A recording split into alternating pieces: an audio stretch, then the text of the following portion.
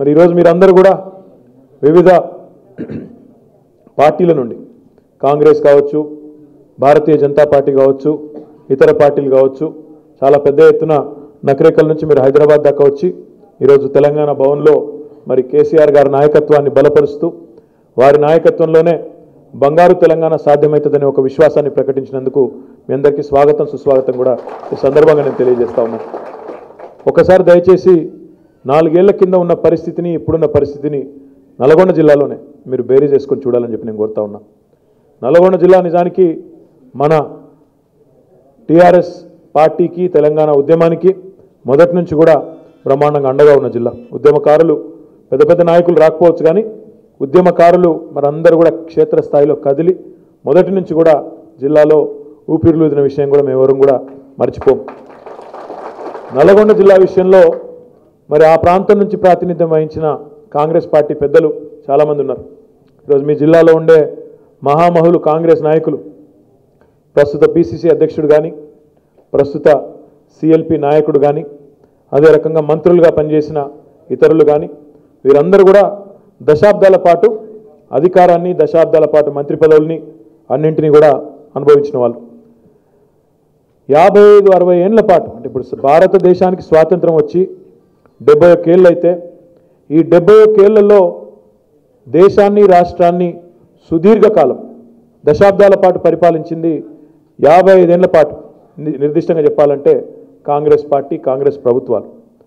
మరి ఇంతకుముందు పెద్దలు జగదీష్ రెడ్డి గారు చెప్పినట్టు 55 ఏళ్ల కాంగ్రెస్ పార్టీ పరిపాలనలో నల్గొండ జిల్లాలో బాగా అభివృద్ధి చెందిన ఏదైనా రంగం ఉందా అంటే ఒకటి మాత్రం పక్కా ఉంది. ఆనాడు 1956లో తెలంగాణ, ఆంధ్ర కలిసిన నాడు లేనిది ఈరోజు బ్రహ్మాండంగా ఇంటింటికి చేరింది కాంగ్రెస్ ప్రభుత్వంలో. ఏంటంటే ఫ్లోరోసిస్ అనే వ్యాధి మాత్రం ఇంటింటికి చేరింది. కాంగ్రెస్ నాయకుల ఆస్తులు పెరిగినాయి, కాంగ్రెస్ నాయకుల ఆకారాలు పెరిగినాయి, కాంగ్రెస్ పార్టీ నాయకుల అహంకారాలు పెరిగినాయి. ఇంకా ఆ నెత్తికెక్కిన నిశ ఇంకా దిగుతలేదు, అధికారం మత్తు ఇంకా కూడా మీ జిల్లాలో ఇంకా దిగుతలేదు. కానీ ప్రజల జీవన ప్రమాణాలు కానీ, కనీస వసతులు కానీ మీ జిల్లాలో గడిచిన 55 సంవత్సరాల్లో పెరగలేదనేది కూడా నిర్వివాదం. నాకు బాగా గుర్తుంది, కొన్ని సందర్భాలు గుర్తు చేసుకుంటే, ఇప్పుడు మీ ఎమ్మెల్యే గారు ఒక మాట అన్నారు, 70 కిలోమీటర్ల జాతీయ రహదారి మా నియోజకవర్గంకి వెళ్ళి పోతుందని చెప్పి మీ ఎమ్మెల్యే గారు అన్నారు. ఒక్కసారి మీరు గుర్తు తెచ్చుకోవాలని చెప్పి నేను కోరుతా ఉన్నా. జాతీయ రహదారి ఉంటే విజయవాడకు పోయే జాతీయ రహదారి అది అందరికి తెలిసిందే. 55 ఏళ్ల కాంగ్రెస్ పరిపాలన సాక్షిగా ఇప్పుడు జానారెడ్డి గారు, ఉత్తమ్ కుమార్ రెడ్డి గారు, కోమటిరెడ్డి గారే కాదు, ఇదివరకు జైపాల్ రెడ్డి గారు కూడా మీ దగ్గర నుంచే పార్లమెంట్ సభ్యుడు మిర్యాలగూడ నుంచి, కేంద్ర మంత్రి కూడా ఆయన ఆంచెలు.